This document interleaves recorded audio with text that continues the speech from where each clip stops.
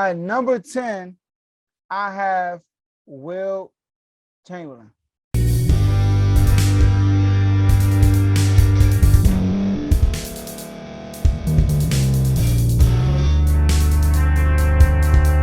Welcome to Refuse to Lose. My name is Joe Jordan. I'm your host today.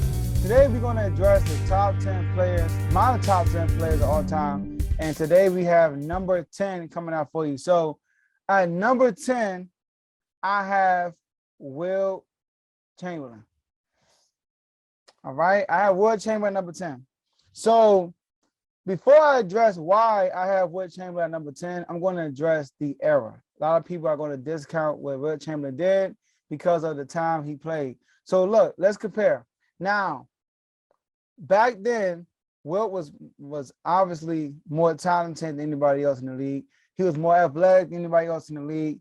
I mean, let's keep it real. A lot of people were 7 foot, like him. He was basically the tallest person in the league, if I'm not mistaken. So he had a lot of advantages, right? So the competition was skewed. It was very easy for him to score 100 points in a game or average 50 points in the season.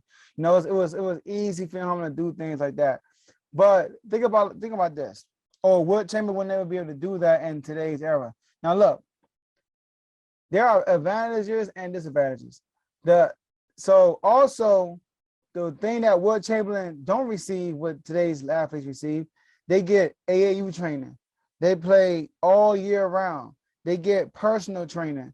They have legends that play before them that they can watch and copy off of, right? What else they got? They got medicine that keep you on the floor longer for injuries and stuff like that. I mean, they have technology. I mean, it's a lot of stuff that they have multiple coaches on the bench that's helping you out versus having one coach on the bench like back then they had. So it's a lot of advantages that today's NBA players have that players back then didn't have.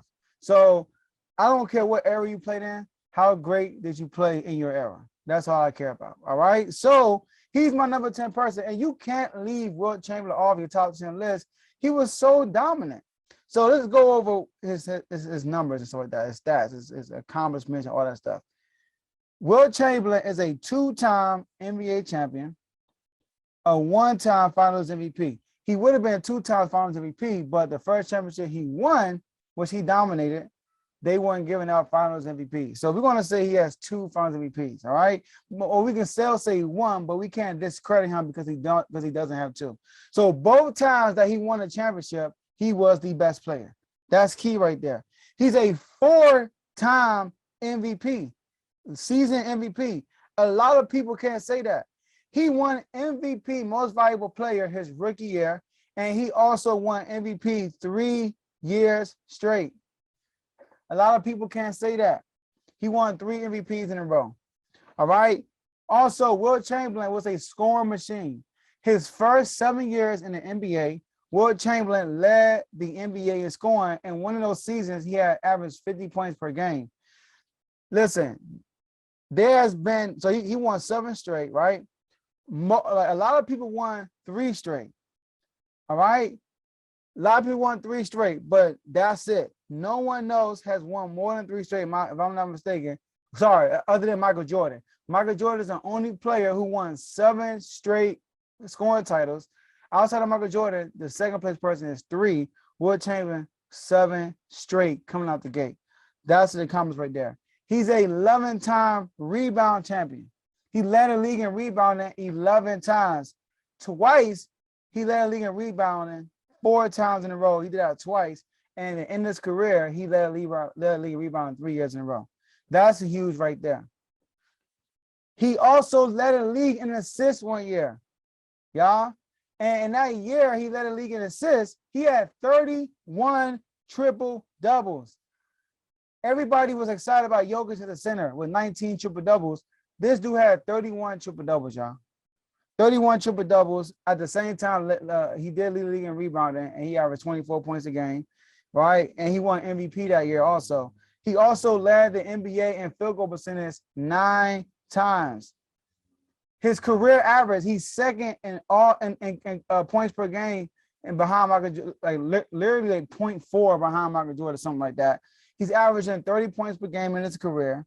He's number 1 in rebounding per game also. So Wilt Chamberlain, he dominated. And Wilt Chamberlain get a lot of pushback because you dominated so much, but you only have 2 championships. All right. So in this early career, man, you know, those times he's winning scoring champions, he just kept running to the Boston Celtics. We couldn't beat them. And once they traded him to a new team, he won his first championship immediately. All right. And then so I'm going to keep him at 10 because of his dominance, and he won twice. And those 2 times that he won twice, he was the Finals MVP, was the best player in the NBA. He has too many records in the record books to not put him in your top 10. So Wilt Chamberlain, he has to stay in my top 10. I was not trying to find ways, but I was, always look at, should he be in, should he be out? So I try to compare them to the other players I have in the top 10. I think it's 11 players that deserve to be in the top 10 that you can rotate around, and one got to come out. So, Wilt, you are still in the top 10, buddy. You are top 10 all time, 4-time NBA, it's a 4-time MVP, 2-time NBA champion, one of the most dominant players in NBA history. Also scored 100 points in a single game, y'all. So, Wilt Chamberlain's top 10, y'all. He's number 10. So that's all I have for you guys today, and I'll see you guys in the next episode.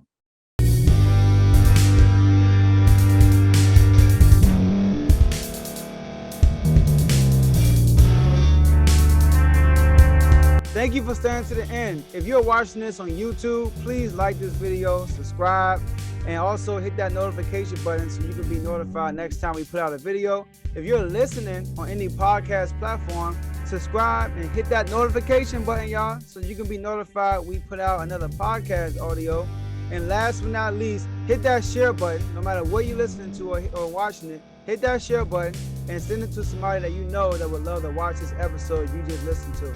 So once again, thank you for staying to the end, and we'll see y'all in the next episode.